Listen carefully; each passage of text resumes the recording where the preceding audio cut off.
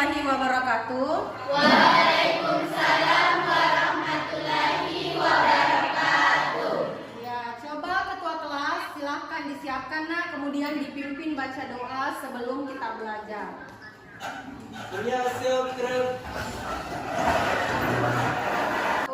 Berdoa dimulai. Selesai, silakan duduk.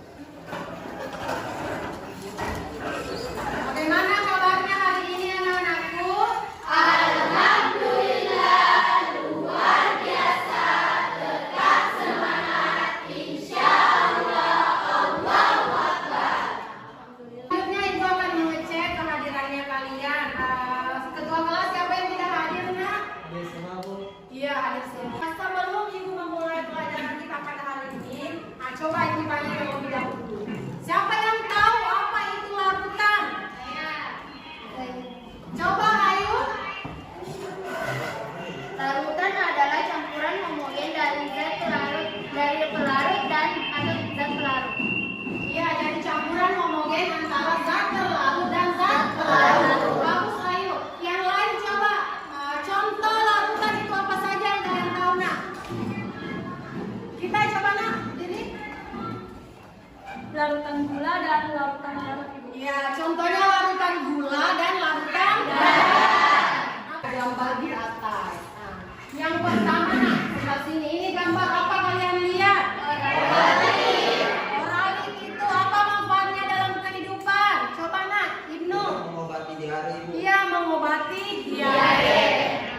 Nah, tujuan pembelajaran kita melalui model pembelajaran problem based learning atau PBL, peserta didik dapat membedakan daya antar listrik berbagai larutan melalui perancangan dan pelaksanaan percobaan dengan keterangan. Ya, akan kalian sudah bergabung di dalam kelompoknya masing-masing, Dina? Iya.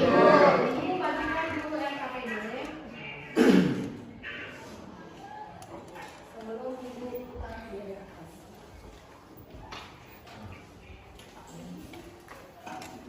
Pada video kali ini, kita akan membahas materi tentang larutan elektrolit dan non-elektrolit. Nah, tapi sebelumnya, mari kita perhatikan fenomena berikut ini. Pada musim hujan, beberapa wilayah di Indonesia sering dilanda musibah banjir karena curah hujan yang sangat tinggi, sehingga banyak menenggelamkan perumahan penduduk. Nah, menyikapi kondisi banjir, pihak PLN segera mengambil tindakan cepat dengan memutuskan aliran listrik yang menuju ke arah transformator atau trafo yang peredam air banjir. Nah, tahukah teman-teman mengapa pihak PLN mengambil tindakan tersebut?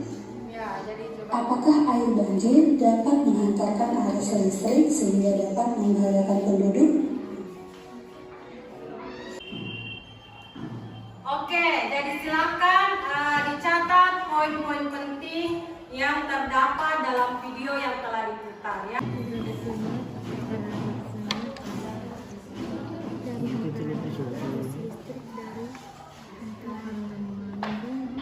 Lakukan praktikum uji daya hantar listrik larutan ya. Jadi di depan kalian sudah disiapkan alat dan bahan untuk menguji bagaimana daya hantar listrik larutan. Nah, jadi di situ ada gelas kimia dengan berisi 6 macam larutan. Ada larutan garam, larutan gula, larutan cuka, H2SO4, etanol, dan air laut ya. Nah, sebentar kalian silakan merangkai alatnya. Nah, kemudian menguji masing-masing larutan yang ada di depan kita. Dengan catatan bahwa setelah menguji satu larutan itu elektrodanya itu dibersihin dulu pakai tisu. Nah, baru dicelupkan ke larutan yang lain ya, agar larutannya tidak tercampur. Oke, jadi sambil kalian sebentar merangkai,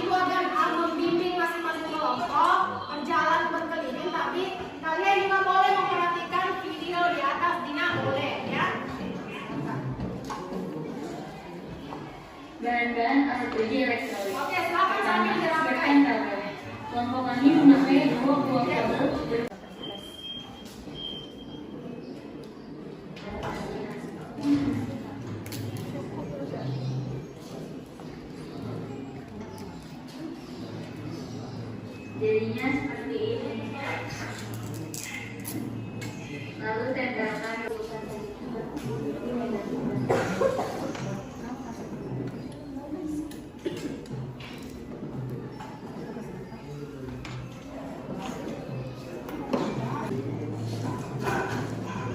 mana garam? Ini garam.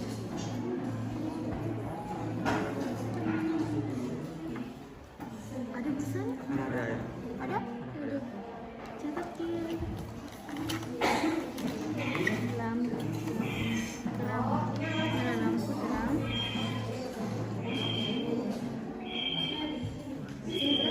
Gelembung gas banyak. Silakan berdiskusi dengan teman kelompok masing-masing terkait hasil percobaannya tadi. Ya, jadi kalian tadi telah menulis di tabel pengamatan hasil percobaan mengenai uji daya hantar 6 larutan yang kalian uji cobakan. Nah, sekarang kerjakan di LKPD lembar yang di belakang ya. Jadi ada di belakang itu nah, silakan, jadi ada 5 nomor dan silakan dikerjakan berdasarkan literatur. Apakah sebabnya larutan dapat menggunakan listrik? Ya. Ada. Apakah sebabnya larutan dapat menggunakan listrik? Karena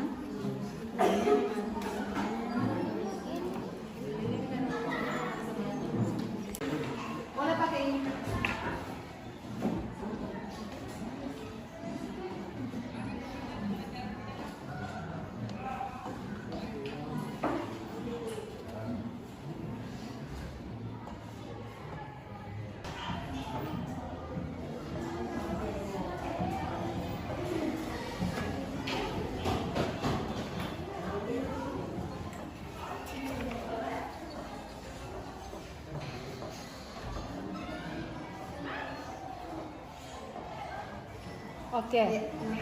Oke.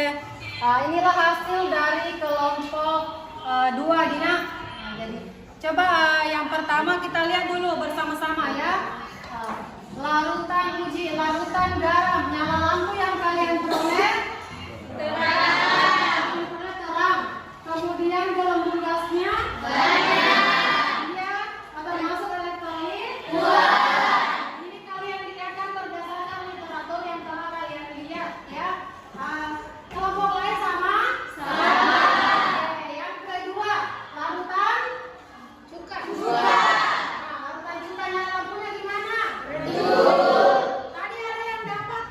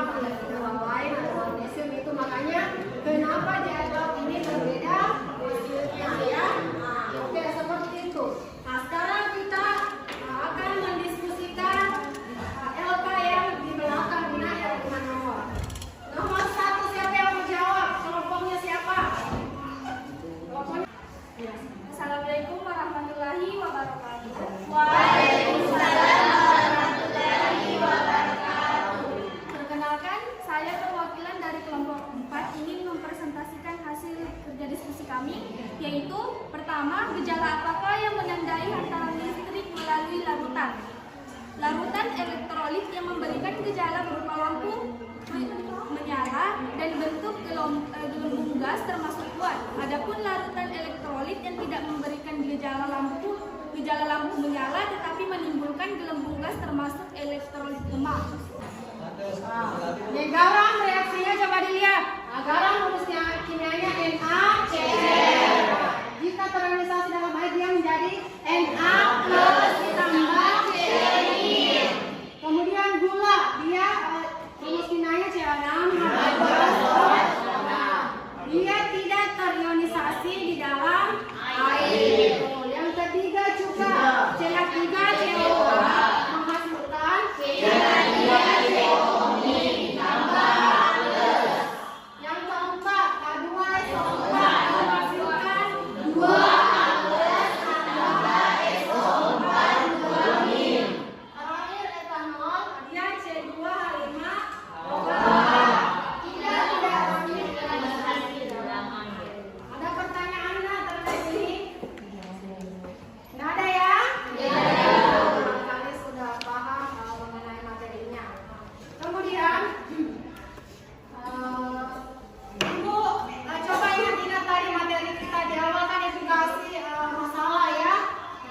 Ada yang bisa mengaitkan antara masalah tersebut di tadi di awal dengan materi kita hari ini. Silakan angkat tangan.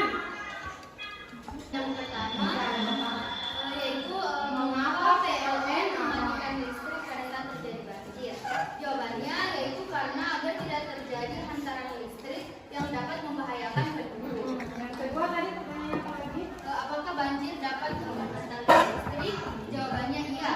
Air banjir dapat menghantarkan listrik karena mengandung ion yang bergerak bebas dalam air banjir.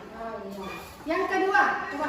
Kenapa ikan-ikan bisa mati karena tersengat listrik? Yaitu karena tersengat arus listrik dari hantaran air. Ikan di awal.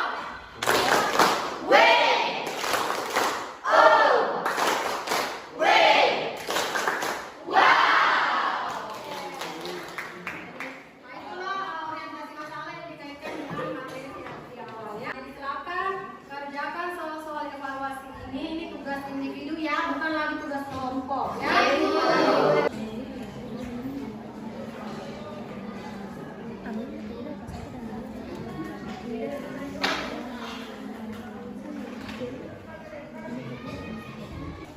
Jadi kalau sudah selesai dikerja, silakan kumpul LKPD-nya masing-masing ketua kelompok beserta soal evaluasi yang telah diberikan.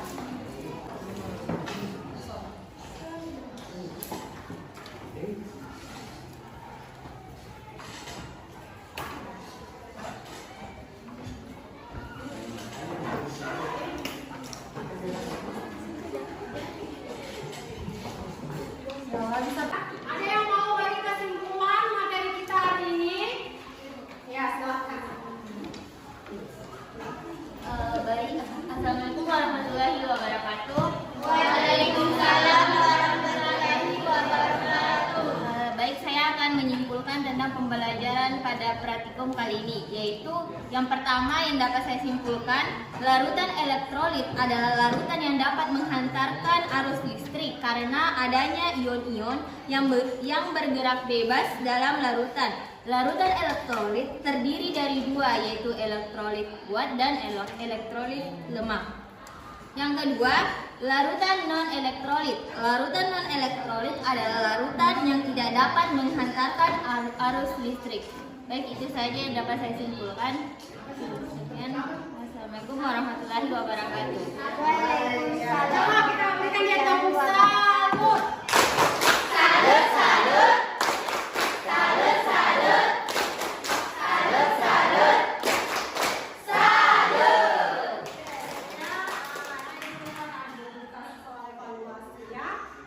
Ya, jadi untuk pembelajaran hari ini kita cukup sampai waktu sekarang karena mungkin sudah mau istirahat ya.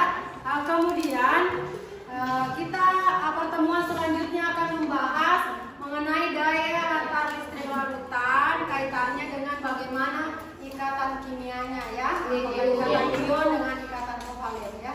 Sebelum Ibu mengakhiri pembelajaran, ketua kelas boleh dipimpin doa kembali nak.